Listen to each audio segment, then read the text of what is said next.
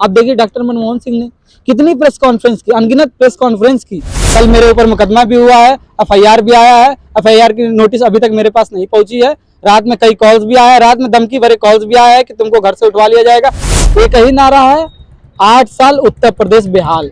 सरकारों का विरोध पहले भी होता रहा है और कई बार छात्रों ने कई सरकारों का विरोध किया। कई ऐसे प्रसंग भी आते हैं जब संसद में चंद्रशेखर जी अटल बिहारी वाजपेयी जी का और अटल बिहारी वाजपेयी जी पंडित नेहरू का विरोध किया करते थे, लेकिन कभी उन पर कोई एफआईआर नहीं दर्ज होती थी, कभी उनके मामले को दबाया नहीं जाता था। लेकिन अब अगर कोई भी विद्यार्थी या छात्र किसी के खिलाफ भी मुख्यमंत्री हो, उप मुख्यमंत्री हो या सत्ता से सवाल पूछता है तो एफआईआर हो जाती है। हमारे साथ एनएसयूआई के छात्र संघ के सदस्य हैं। क्या मामला था जो आप पे एफआईआर हुई?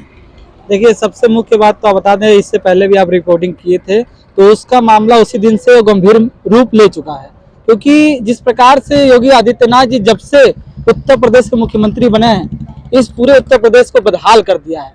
एक ही नारा है, 8 साल उत्तर प्रदेश बेहाल। जिस प्रकार से उन्होंने अपना 22 में जिस प्रकार पुनः सरकार में आए थे, उन्होंने मैनिफेस्टो जारी किया था कि 8 साल में हम ये करेंगे, ये करेंगे, पूरी तरीके से विफल रहे। रोजगार के मामले में, शिक्षा के मामले में, चाहे महिला सुरक्षा के मामले में, चाहे वृद्धा पेंशन के मामले में, चाहे अग्नि में, तमाम ऐसी स्कीमें हैं जिन्होंने ग्राउंड रिपोर्टिंग पे मुख्यमंत्री जी पूरी तरीके से विफल है। और उन्हीं की सच्चाई में रूबरू कराने के लिए मुख्यमंत्री जी के जो बीजेपी कार्यालय है उसके सामने अपने इस 8 साल उत्तर प्रदेश बेहाल का पोस्टर लगाया और लखनऊ के कोने कोने में इस पोस्टर को लगाकर लोगों के सामने जा जाकर ये उजागर किया कि जिस प्रकार से उत्तर प्रदेश बेहाल रहा है उसकी आप रूबरू होइए और उस जनता से भी कराइए। सवाल ये बैठता है कि जैसे विरोध पहले भी होते थे, लेकिन आज क्यों ऐसा हुआ है कि एफआईआर हो जा रही है या फिर कोई भी घटना होती है तो त्वरित कार्रवाई हो जा रही है? देखिए, आज तो मुझे बताते हुए बहुत हंसी आ रही है कि जिस समय उस समय सरकार थी उस समय भी इस तरीके के मामले होते थे, लेकिन हाँ, सरकार से सवाल डायरेक्ट पूछा जाता था और सरकार जवाब दे दी थी। अब देखिए डॉक्टर मनमोहन सिंह ने कितनी प्रेस कॉन्फ्रेंस की, अनगिनत प्रेस कॉन्फ्रेंस की, और आज के देश के प्रधानमंत्री हैं, एक प्रेस कॉन्फ्रेंस नहीं कर पाए हैं। देश की विकसित भारत की बात करते हैं, कौशल भारत की बात करते हैं, कौशल विकास योजना की बात करते हैं, लेकिन इन तमाम योजनाओं का क्या हुआ? ग्राउंड लेवल पे कुछ भी नहीं है। और वहीं उनके भाई मुख्यमंत्री योगी आदित्यनाथ जी वही ठीक उत्तर प्रदेश में कर रहे हैं। उत्तर प्रदेश पूरी तरह से जंगल राज बन चुका है। आप सोचिए, बलिया की एक बेटी जिसका 100 पेड़ पर लटका मिला और उसका हाथ पीछे बंधा हुआ था और उसको बता रहे हैं कि आत्महत्या की साजिश है। अरे आपको शर्म नहीं आनी चाहिए? शर्म नहीं आ रही है? आप चुल्लू भर पानी में डूब मरिए। वहाँ के एसपी कह रहे हैं कि उसकी आत्महत्या कर दी गई है, उसकी आत्महत्या हो गई है। बताइए, इस तरीके का बयान आ रहा है। साफ वह मोहल्ले के लोग, वहाँ के परिवार के लोग चीख के चिल्ला रहे हैं कि इनकी हत्या की गई है, साजिश है, लेकिन सरकार और मौजूदा पुलिस पूरी तरीके से विफल है इस स्थिति में। जो सरकार का कहना है कि रोजगार हो या फिर क्राइम के कंट्रोल की बात हो, पहले सरकारों में क्राइम होते थे लेकिन कार्रवाई नहीं होती थी, मगर इस सरकार में जो कानूनन कार्रवाई हो रही है और अपराधियों पे अंकुश लगा है।